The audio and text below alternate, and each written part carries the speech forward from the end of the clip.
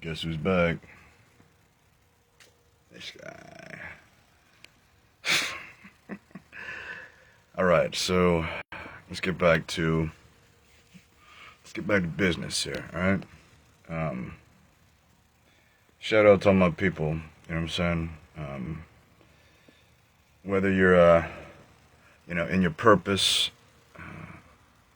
you know, polishing your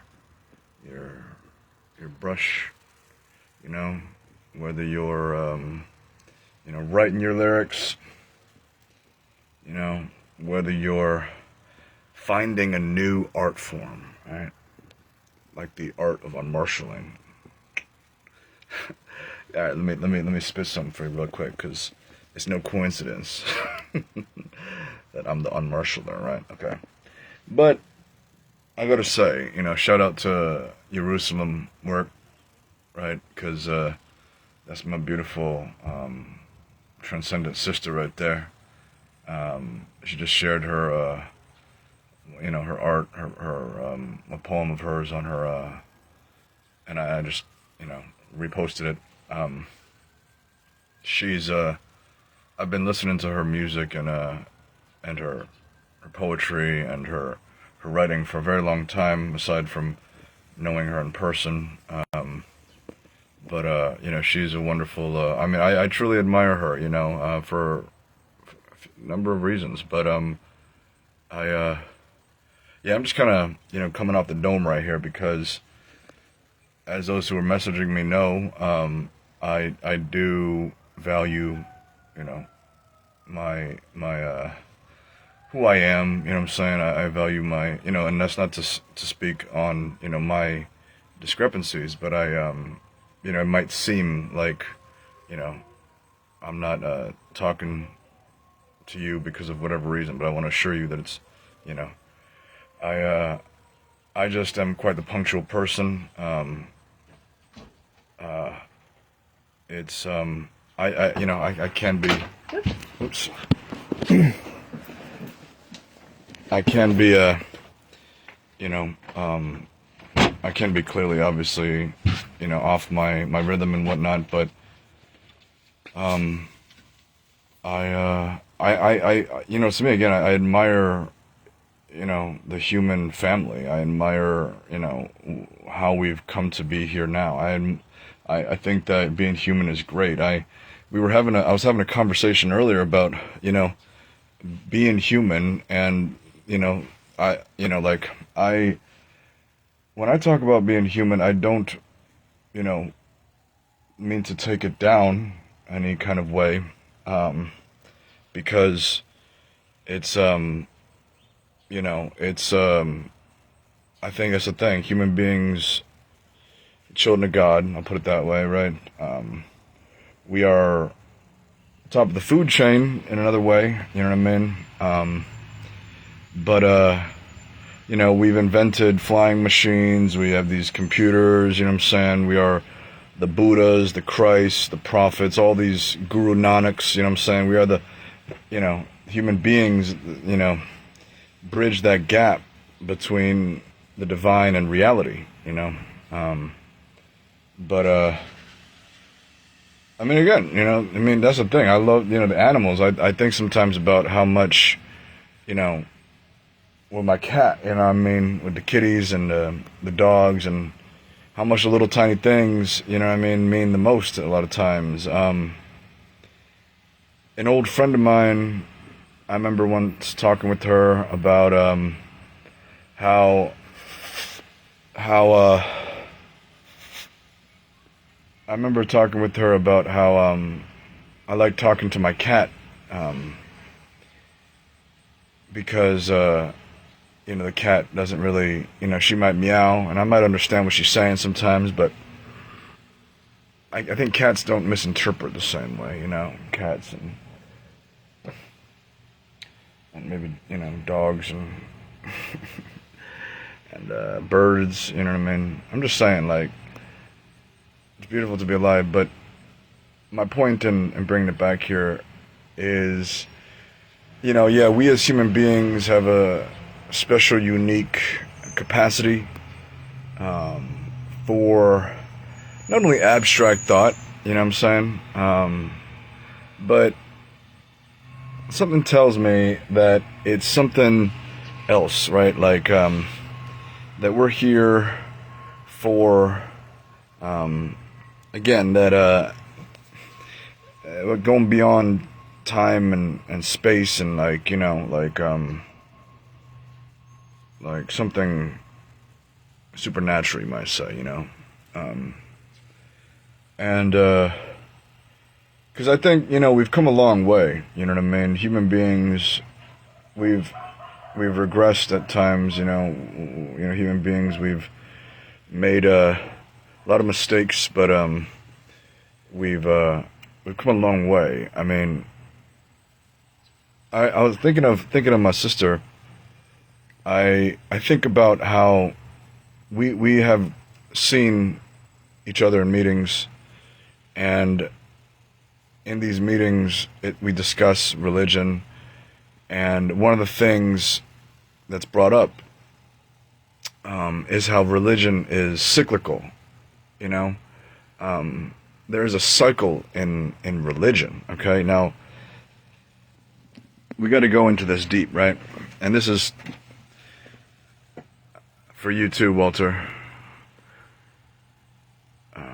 Rel, because you know, but religion has a cyclical nature, you might say, because, you know, for those who know about the Chabad, you know, there's you know, it's so funny to me, you know, like religion, history, phenomenology, the search for truth, and again, surrendering to God, or the eternal truth. You know, because, like, we look at how history has been rewritten, or certain stories are shared and others are not, or not yet. But it's, to me, I think it's quite the journey, you know, to be here now and moving forward. The cycles within religion are not, again, exclusive to any group, right? Because whether you're with the Chabad and talk about the 100-year Messiah, you also might you know about the Mujahideen, the 100-year Redeemer in Islam, or you might know about, you know, certain figures and icons in Christianity. You know, I mean, the Pope. The Pope is a little bit different, I think, in a way, as far as I know, because I haven't at least come across this yet. Like, the Pope, of course, is an elected position, so there's a cycle in the election and being elected, but it's not determined necessarily in other ways. I mean, because, for example, let me talk about the Ahmadiyya here for a second. The Ahmadiyya go into this in a pretty good way, outside of the Baha'i, right? Because the Ahmadiyya, again, it's a, you know, it's a true Islam community, family, you know, people who not only respect the one Khalifa, but also those who, you know, go into explicit detail about the cycle here. You see, they show how, for example, there was 1,400 years difference between Moses and Jesus, right? And then there's 600 years from Jesus to Muhammad, right? And then there's 1,400 years, approximately, from Muhammad to our present day. And, you know, Ahmadiyyas will naturally bring up how the Messiah, you know, has come, you know, the Hazrat Mirza Ghulam Muhammad as-Salam, you know what I mean? And this is just a part of my journey, you know what I'm saying? For me, again, I appreciate the people who've encouraged me to, you know, keep speaking the truth in my way, because, again, I'm a unique, I'm the one and only Sandman. I'm not your homie Sandman. I'm not you know what I mean? I'm not whatever, you know what I'm saying, the rumors, just whatever saying, like, you know what I mean, I'm the only one of me, you know, and, ultimately, you know, yeah, I have certain interests, you know, that's the thing, sometimes I wonder about how,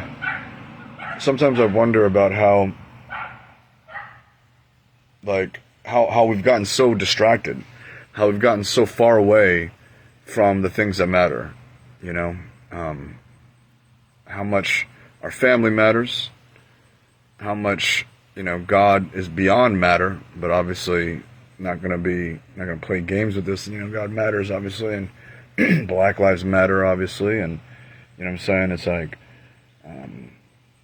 but again, it's not just some word play, you know what I mean, this isn't just word play, this, you know, I mean, if we want to get into the craft, making, you know, of shedding a little bit more prosperity through words, making music through words, you know what I'm saying, then we can get into that, but we'll see how this goes. You know, for me, again, it's like there are some very real things, you know, like, again, for those, I mean,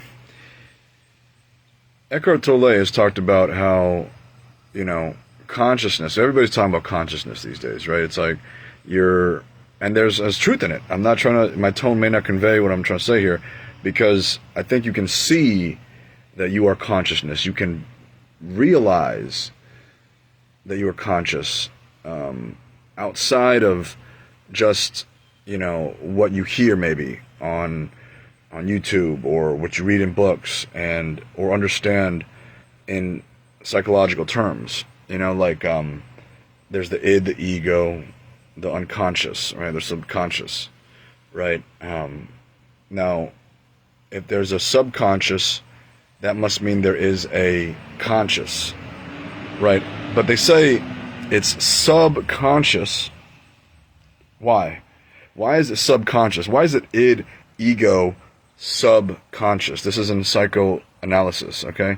This is Sigmund Freud, before Jung, right? I mean, Jung is, again, God revealed to Jung his presence, but Freud, you know, I guess maybe he was different. I don't know. I mean, I'm talking about Freud here, okay?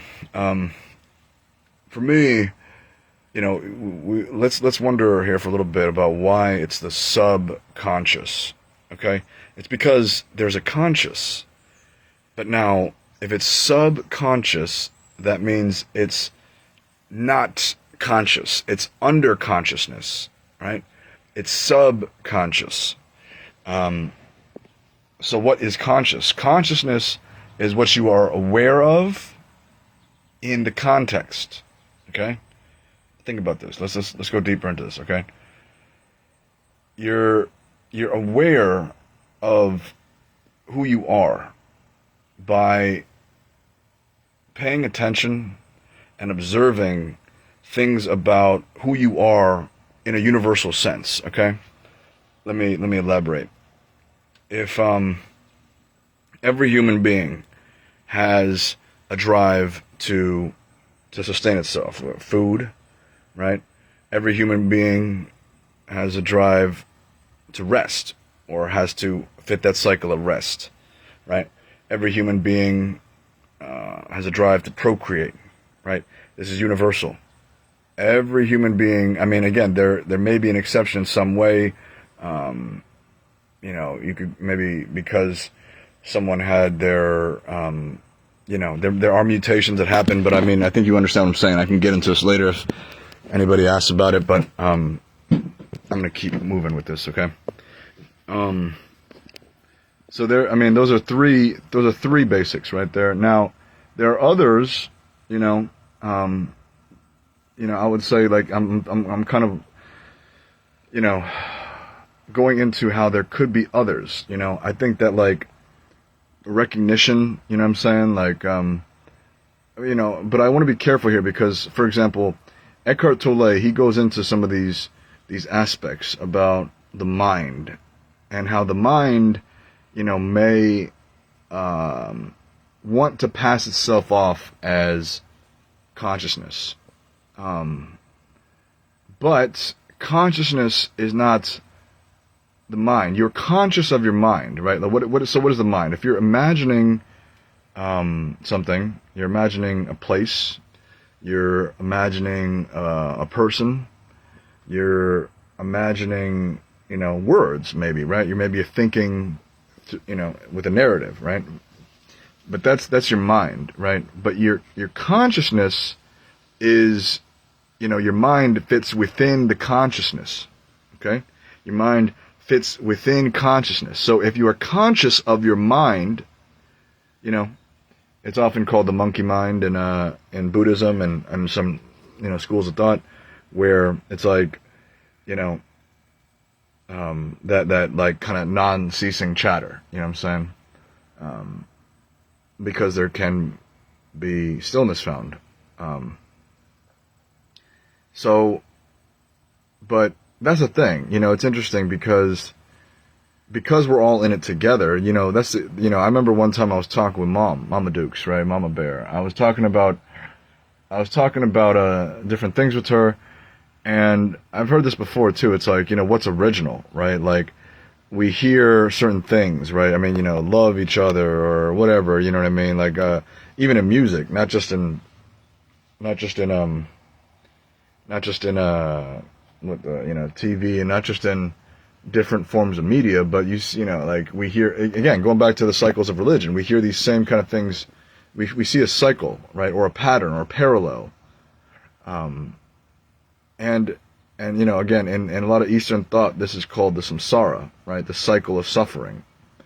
And how we can be freed from samsara, right? We can be freed from hell, right? We can be freed from the matrix, the matrix that is, like the cage, right? The,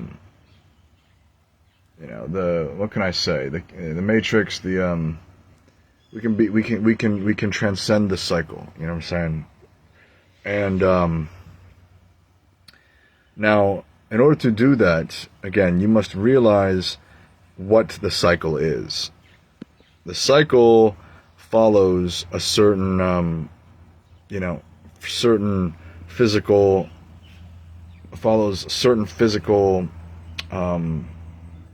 necessities, let's call it, okay? Like, if we break it down on an individual scale, again, it's like you'll see that, a person needs to rest once a day and night, right?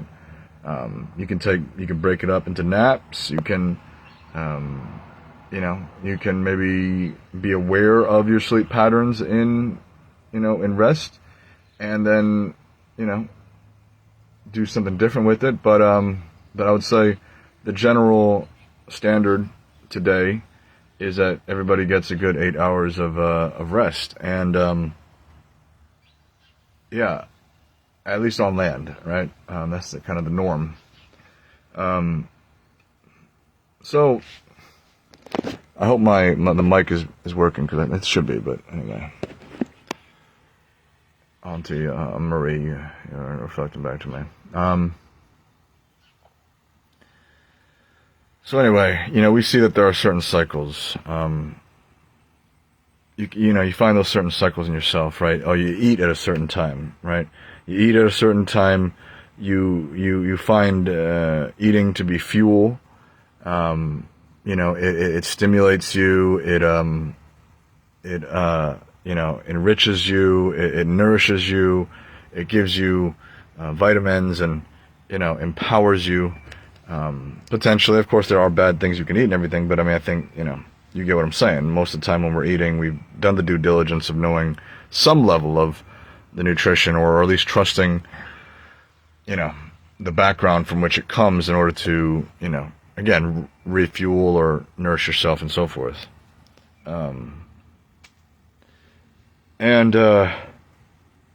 Yeah, I think that, of course, I am one who does, I was a vegetarian for 4 years, and so I can attest to the importance of understanding where our food comes from, and how it affects your body, how it affects your health and your mood, and a lot of different things about how you conduct yourself, how about, the presentation. So, I will say that about the pattern of food, nourishment through digestion,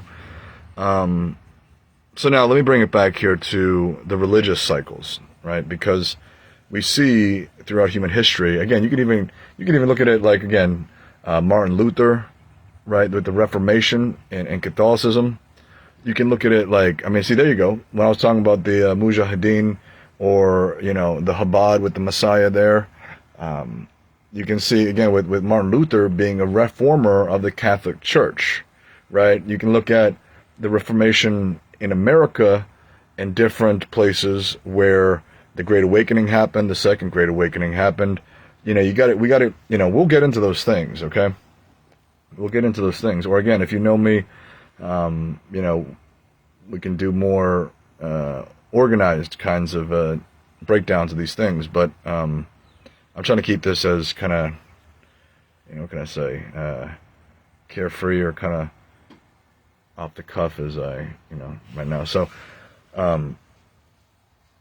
check out this sun though. It is just freaking, the sun is beating down on me, and I kind of like it though, because I feel the heat, and anybody knows me, Miami boy, I love that heat, baby. Let's go heat, come on, Wade County. All right. Now, let's see, here we got something happening. Okay. Now, so yes, these cycles, these parallels, these you have to really be, what you might call super conscious to recognize these things, because you cannot just simply be aware of yourself. You must be aware of your culture. You must be aware of your culture's history, right? Like, because for myself, I had to examine my thoughts. I had to examine how I came to feel and think about why I valued my mother's attention so much. There's many reasons for that, and I can break that down further. If you're following me and whatnot on the different channels, you might see it different places, but I do break this down. Again, there are things that are beyond. Again, one day, you never know, right? One day we may, because I was a 10-month baby, you know what I mean? So I don't know how that came to be, because, I don't know why I wasn't coming out earlier, and I don't know why my mother didn't push me out earlier. And I think, again, the doctors had said, I covered this before, but the doctors had said there was no pain and there was no signs of anything, wrong with the pregnancy. And my mom, she checked it out, but so they just said that, they had to come in for me. So, so I don't know the reason for that. To me, I go to a higher place in my, in faith, because it's just, to me, it's like, it seems like something beyond me, I just don't understand. Maybe one day, like I said. But, that's the thing. To me, it's the divine, it's that love beyond love. It's that love beyond love. My mother, she did everything she could. Again, let me just say this real quick too, because I don't know. I think it's just so incredibly beautiful. She would say how, it's kind of like everything is just the dancing of cranes, and how it's like everything we go through in this life, it's in a sense to procreate, to attract a mate, and then to raise that procreation as something beyond yourself, even though it's even more vulnerable. You've made yourself vulnerable because you have don't have the same level of, you know, the same level of direction for, you know, that autonomous being. But regardless, it is, it's one of those things, that, you know, I can understand that. I can understand that. Because, see, this is where, again, I'm kind of walking a line here between the mystery realms of God's, you know, super conscious levels, and then the layers of simple, you know, psychology.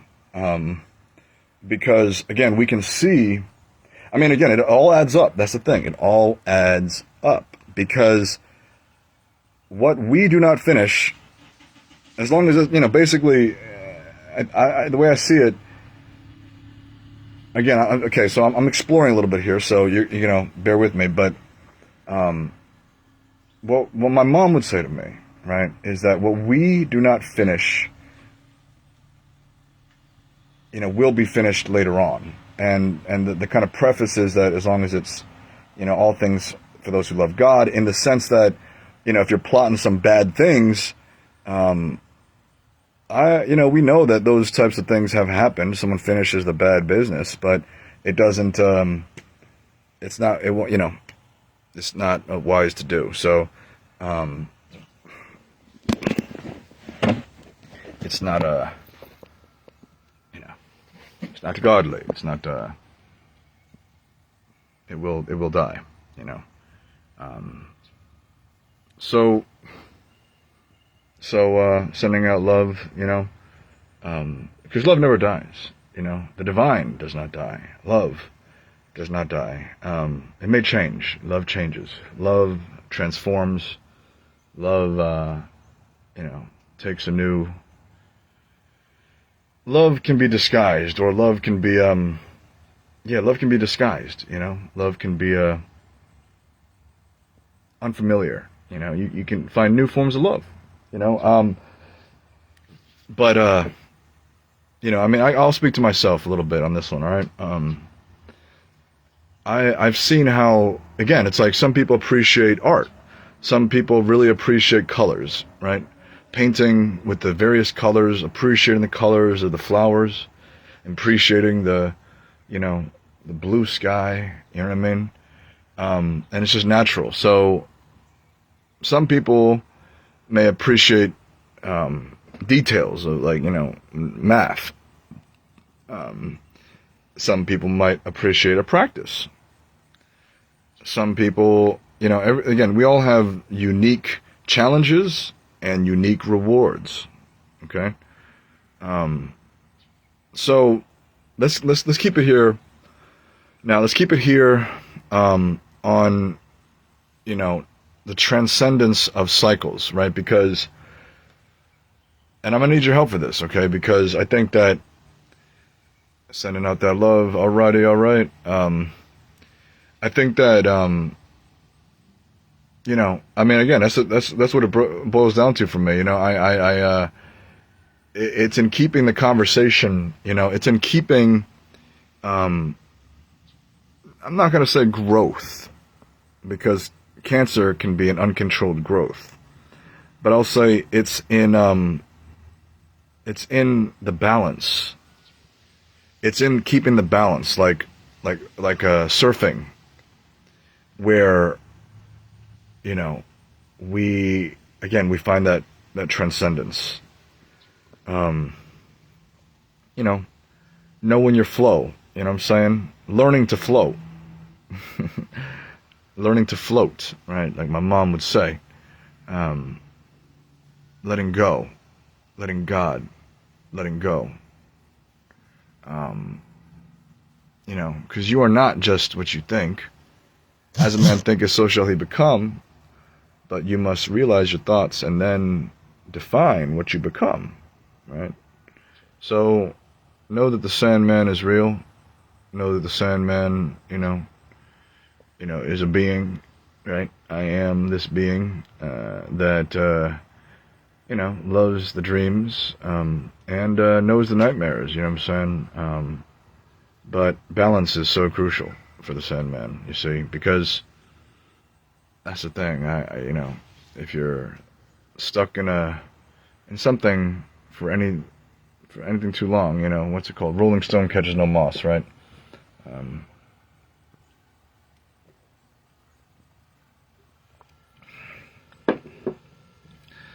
I mean, to me, it's just miraculous how we have 10,000-year histories. We have history of things going back so far in time. We have things that go so far back in time that I mean, how do you not find it miraculous? You know what I mean? Like, whether, again, it's scripture, whether it's historical documents of, artifacts or fossils or, sunken cities or whatever. It's like, to me, that shows you, right, that the consciousness that has created life, the life that has created certain parts of creation, right, building the cars, building the houses, building the technology that we have. I'm gonna pour myself some water here. How is it not miraculous? You know what I mean? What do we do with it, right? That's where I think people will say, well, a stone can build a temple, or it can, break a window or whatever. So that's what people say. Like, we have all these things, right? But what are we doing with it? And that's why I'm here. That's why what I'm talking about. Realizing the cycles and realizing how to utilize and surf with technology to, celebrate, to enjoy the journey of life, right?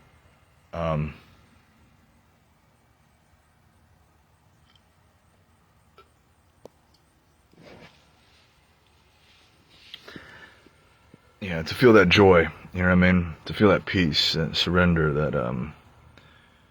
that needlessness,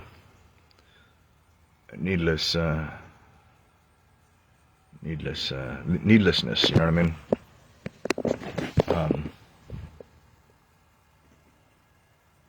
Maybe, let me see, maybe I'll play a little bit of music just for the sake of it. A little bit of time, 20 minutes.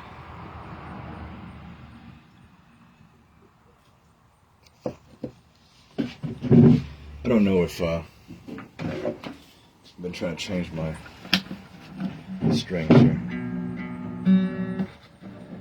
because you can see I gotta change my some of these guys over here.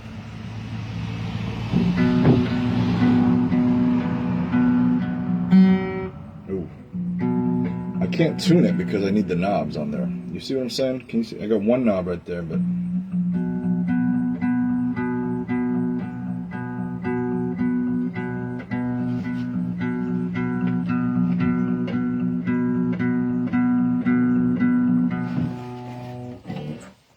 okay, that was just enough for me to re-jolt myself into a point I'm trying to make. I think that I remember when I was fishing out in Alaska, my factory manager Valu, one time he's been real hard on me, actually. Well, not real hard on me, but he was showing me some of that he was basically saying don't limit myself, right?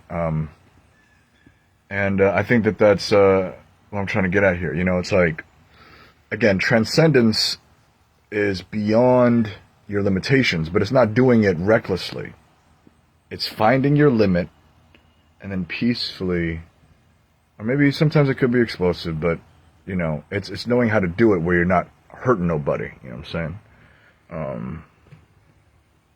Or again, at least courageous enough to say, I'll face it when it comes. You know what I'm saying? Because again, it's like, that's a part of it. You know what I'm saying? It's like, we don't know what holds the future, and we don't know how people interpret the things we do. You know what I mean? I might have all the right loving intentions and be taken as a fake or taken as a, I don't know, you know what I'm saying, as cheesy or taken the wrong way. But it doesn't take away, you know inside yourself when you're sincere, right? You know inside yourself when what you're doing, you know, what you're doing it for, right? But again, someone may have been so traumatized when you're doing something nice for them, they say, "Oh, you're doing something nice so that you can get something from me," right? Someone may actually have been through that trauma. I mean, I like, you know, I can understand that sentiment. You know what I mean? I can understand that sentiment. But you know, I think to be alive is to be abundant. To be alive is to have a lot, you know, to offer from where you're from. And, you know what I'm saying? No matter what it is, if you're just offering a smile, you know what I'm saying? Just a quick strum on the strings, whether it's a simple story, you know what I'm saying? There's just being alive, you know, again, and I know there are times when it's like, you know, you've been, so traumatized or you've been suffering for so long, you know what I'm saying? You know, there's that suffering, you know, you've kind of forgotten the goodness, right? You've kind of forgotten what it feels like on the other side. I do, you know, I cannot emphasize enough how much I am with you there, okay? I cannot emphasize enough how much I am with you there. But this is why we push forward. This is why we show our love, you know what I'm saying? Or you know, we at least we give it, you know, we give it out to the universe, right? We give it out to the universe such that it can somehow reach the right destination. I think about Troy here, you know, and when he pushed me to go to work when I wasn't really feeling it after, you know, an event that we did, and you know what I'm saying, a little get together, whatever you want to call it, but, and, you know, but, yeah, you know, the cycles, so that's the thing, like, because we all talk about it. I mean, RFK, for those who, you know, I'm sure everybody's heard about it by now, how RFK is back in Trump, right? RFK is back in Trump, and, you know, RFK has talked a lot about breaking the cycle here in America with, you know, various substance abuse issues, right? And again, he knows from experience, okay? RFK knows about breaking the cycle, and again, I have no idea what it would be like to have been hooked on heroin for 17 years or whatever. Again, forgive me, I don't recall, you know, all the stuff about it exactly, but I remember that he, you know, and he goes into areas where it's not just about, you know, like the you know, drugs or medical, you know, uses, but also like, you know, with agriculture, with food, and so we have cycles here. So again, we have cycles that we know about on a very substantial personal level, physical level, right? Like, you know, psychological level, right? Because we need some kind of entertainment. You know, I mean, let me put this one out here, okay? I think sometimes, I remember when I was growing up, me and my brother, you know, we would talk about, entertainment, you know, like, what is a film versus what is a movie? A film is not just entertainment, but it's enrichment, right? It's something that gets you to know something more about yourself, right? That you can take with you. A film is a story that glorifies us all. You know what I'm saying? A film is a story that glorifies us all. A movie is just raw entertainment, you know, if I put it down that way. But so the point I'm making there, again, is that entertainment can be filler. And, you know, and I do, you know, I mean, I don't see anything wrong with that. You know what I'm saying? That, like, what I'm trying to get at here. But at the same time, entertainment can be more than just filler. You know, entertainment can be enrichment, can be nourishment for your soul, can be, You know what I'm saying? Something that allows your craft to be sharper, right? That allows your craft to be quicker, to be more efficient. Listen to this word here, efficiency, okay? I'm going to have to give you some homework about that later. The Sunday school teacher that I am, you know what I'm saying?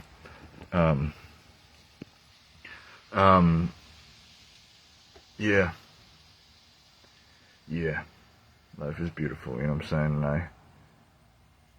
And R.I.P.